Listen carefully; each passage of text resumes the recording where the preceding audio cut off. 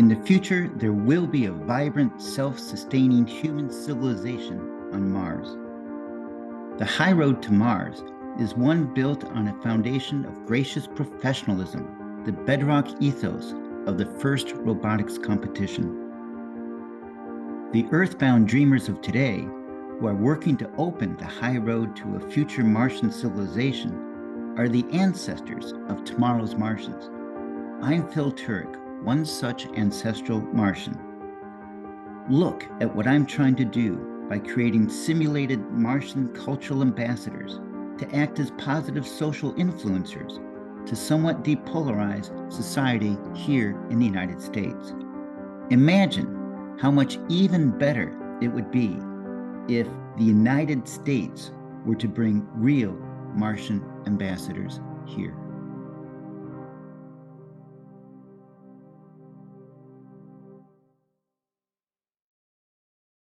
Hi, everyone. Phil Turek here.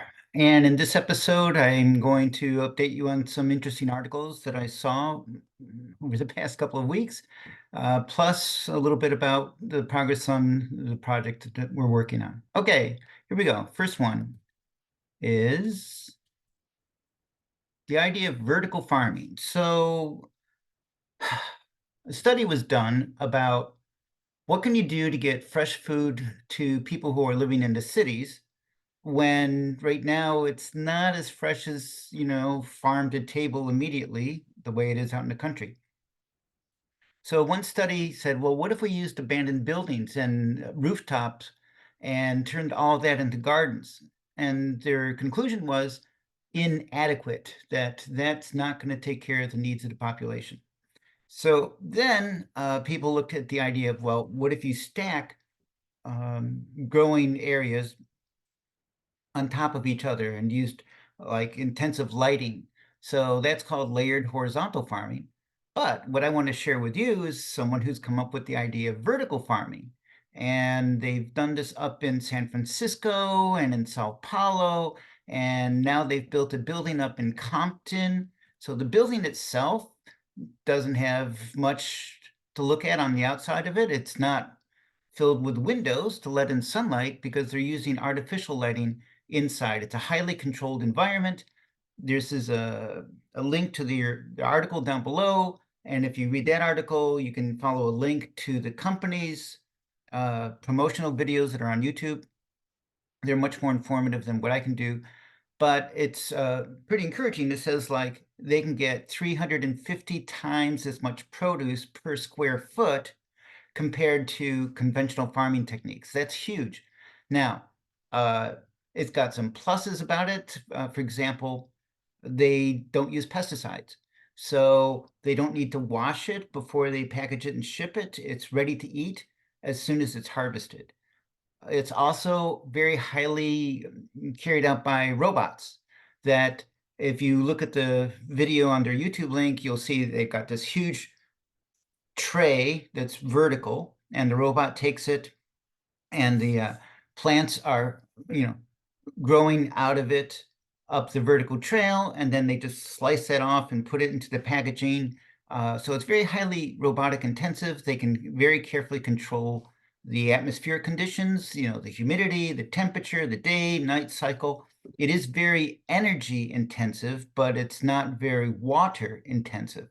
So I look at this as being very promising for use on a Martian settlement. Particularly, the conventional calculations had been, well, the most productive farmland in the world is in the fields of Iowa. And they use that as a baseline and say, okay, how much farmland would it take to, feed a population of 1,000 people based on, scaling it from there?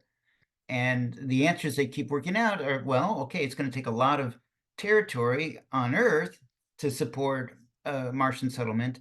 And then what? Well, Mars has half the intensity of sunlight that Earth does because it's, that much farther away from the sun. So that means you would need even greater amount of area or a way of concentrating the sunlight. So lots of negatives, right? So this idea of vertical farming, it's energy intensive, okay, but space and water and other, ingredients that go into making this productive, not something that's out of the realm of possibility of what a Martian settlement could um, productively use. Now, the vertical farming in Compton, I drove up there, I looked at the building, gave them my business card, never heard back from them. I was hoping that we could arrange a tour for high school students or something, that my robotics team or the aerospace and the engineering pathway that's at the school where I used to teach. No response, but okay. Vertical farming, very highly robotic intensive, very energy intensive. They are trying to secure energy sources that are completely renewable energy sources for this undertaking. So that's, a nice touch. I would say I've always been strongly, in favor of using solar cells as an energy source for anything going on in space, but I am becoming more swayed by what the engineers would all tell you. That is, it's much, much more, from an engineering point of view, much more preferable to go with nuclear energy sources. And I remind you that Robert Zubrin did a interesting talk to the AIAA back in November or so, where he advocated that and tried to explain why this was, the right way to go. So I'm becoming swayed by it. So you need to study it on your own. Study it on your own. Okay. So vertical farming, that's one exciting thing, and they have it going on in Compton, which is uh, not that far away from the high school where I had been teaching all these years. So I was able to, drive up there and take a look at the building. Next, another piece of technology that popped out is this idea of cosmic concrete. So they looked at taking different ways of creating concrete using what you can find on Mars. And they looked at some other stuff like, well, if there's an astronaut there, then there's urine there and there's astronaut blood there. So they actually got workable concrete using those types of ingredients. But the article that I saw said, okay, so here's even better, is to use potato starch and some salt and some Martian dust. You mix it together and you come up with something that is twice as strong as ordinary concrete made here on Earth, twice the strength. And if they were to use lunar dust instead of Martian dust, they were able to make it even stronger, even better. But let's just work with Martian dust. And they even found astronaut tears could be used as a binding agent. So interesting stuff. But this is, again, super promising. If you can make concrete using pretty, accessible materials on Mars, think of the Martian movie or book. Oh yeah, we can grow potatoes on Mars. So it has the promise of doing this. Other favorable things, if you read the article, well, ordinary processes here on Earth for making concrete are very energy intensive and have a large carbon footprint that they have that most people try not to talk about, I guess. So this process here could be done at much lower temperature. They said you could do it in a microwave or in your oven at home, as opposed to the way, we make concrete um, currently on Earth.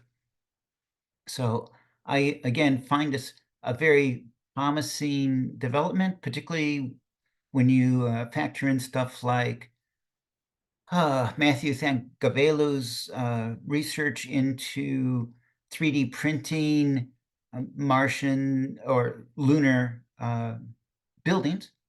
And now we have demonstrated 3D printing buildings here on Earth. Up to a 3-story structure, I think, is currently what's been built. So modify that with this cosmic concrete. I think they call it starcrete in the article. And it's just, much more exciting to think about. Concrete has allowed us to build massively tall skyscrapers here on Earth. And we're kind of limited by Earth's gravity. As you build taller and taller buildings, well, the bottom gets greater and greater pressure, and eventually it has to yield one way or another. Now, if it's twice as strong, then it could be built theoretically twice as high on Earth. And then on Mars, the gravity is only 3/8 the strength that it is on Earth. So, wow, that's another factor of at least two.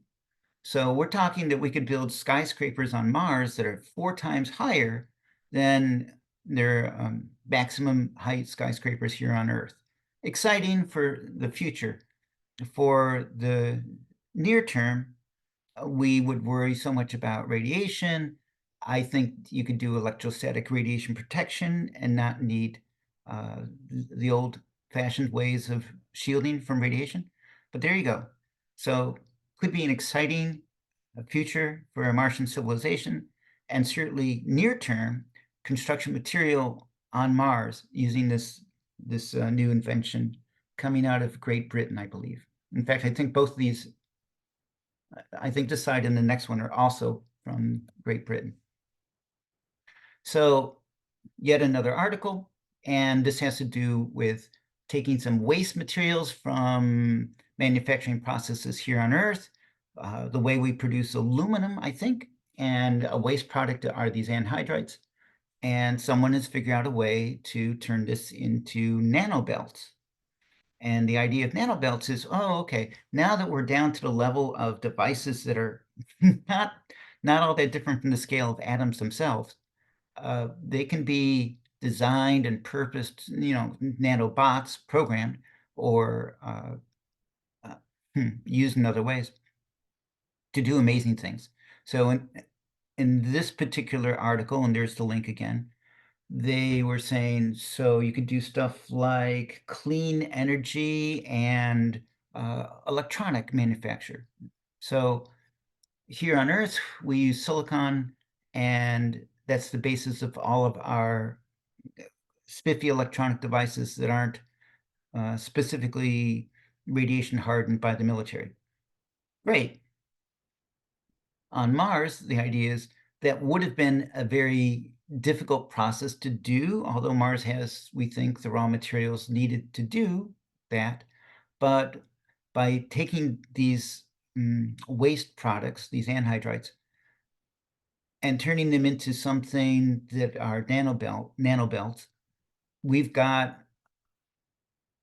a breakthrough in a pathway to technologically generating energy on Mars. So don't think of this as an energy source so much as a material or resource for uh,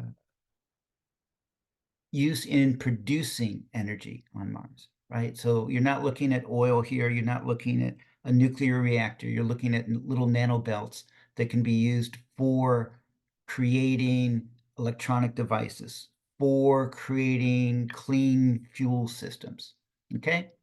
All right, so those are three encouraging technology developments that I wanted to share with you. I'm sure there's much more coming along. It'd be great if people were to, you know, catalog this, make a library, have a repository of best practices and knowledge for developing a Martian civilization. So I'm sure someone is doing it out there someplace. So maybe you should do it as well. All right. Now, next, I'm working on my Mars project here, and I've established multiple times that I look at the United States as being divided into at least 7 major sub nations culturally, and I've been asking students to work with me. This is with almost no checking with the students yet, but the 11 subnations are in the left column of this table here, and they run from the Deep South down to Yankeedom, alphabetically on the left. And then we tossed in, well, what about a couple of international cultures like Hong Kong and Indian, like the subcontinent?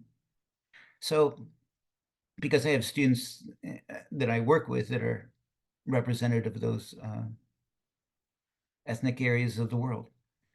So maybe the font is too small for you to see, but just as a attempt at doing this, for each one of these little subnations, what is a positive trait? And then went to a randomly picked pretty much county somewhere in that subnation, went to their county government website, looked up their tourism stuff to see, how do they promote themselves? What are their positive features that they use to invite tourists to come check them out?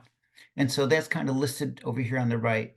This is like a draft that I'm sharing with you. Don't think of this as a final product. It's more like, well, okay, or a straw man, they call this.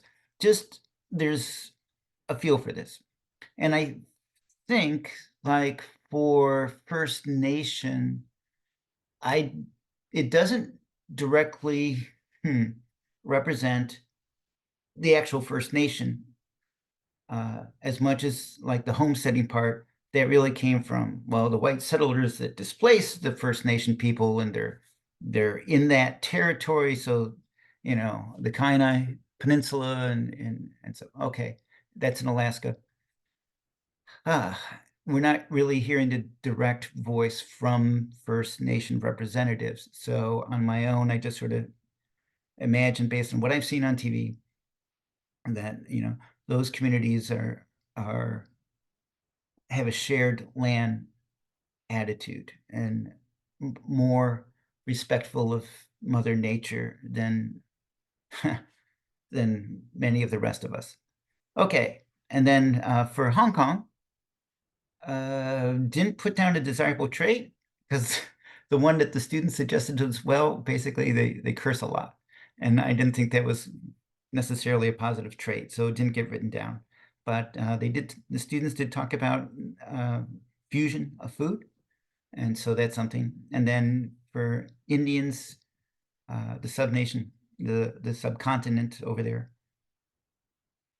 language diversity, strong family values, and I listed dessert. So food, I would propose, is a identifier of these different cultural traits.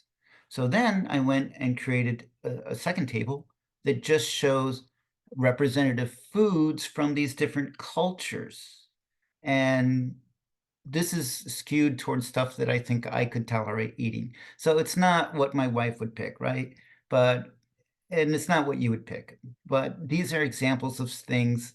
And like the rightmost column, those tend to be like the sweets and desserts sort of stuff. And the first cuisine column tends to be the protein part, the meat, the beef, the fish or chicken, whatever it is. So there's a crude attempt of having like the side dish in the middle, the dessert on the right. But as you look through this, my claim is, if we want to envision what a vibrant, self-sustaining Martian civilization is like, then I would propose that it embraces this vision of all these different cultural foods being celebrated in such a civilization. So, from cranberry salad with cottage cheese to grilled seafood. Oh my goodness. Yeah. And gulab jamun, which I've had, is tasty and sweet. Uh, these are things that, what would it take to have all the ingredients necessary to produce this food? I did read a book about Biosphere 2, written by one of the veterans there. And in one of the pages of her book, the book was The Human Experiment, and I think that was Jane Point, Pointer, something like that for her last name. Anyways, somewhere in her book, she described how she made pizza. And, what did it take? Well, they had goats there. So you raise the goats and you eventually, produce some cheese from the goat milk, and you grow this and you grow that. And it's a pretty simple pizza compared to what you would get from one of the commercial establishments here in the United States. But, they grew everything themselves. Biosphere 2, if you're not too familiar, they lived for 2 years and 20 minutes inside a self-contained building in the Arizona desert that was large enough that they could grow their own food and raised livestock in there. They had their own miniature ocean. They had 8 different biomes. I think it was 8, including a tropical setting anyways, you can study it. I would advocate that a Martian settlement not be envisioned as some sterile NASA housing, the way they've been doing like the International Space Station and everything else. But think of it as more like vibrant, self-sustaining, with all these positive cultural characteristics that you can find there. All right, so that's my update for this week. Here's a reminder of what the references were for this particular chat. And, well, have a good week. All right, bye.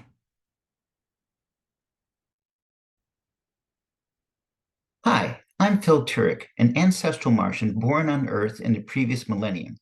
Please help me to open the high road between Earth and Mars in 3 phases. First, learn some of humanity's positive cultural traits here on Earth. Second, model them in a simulated Martian settlement that is vibrant and self-sustaining.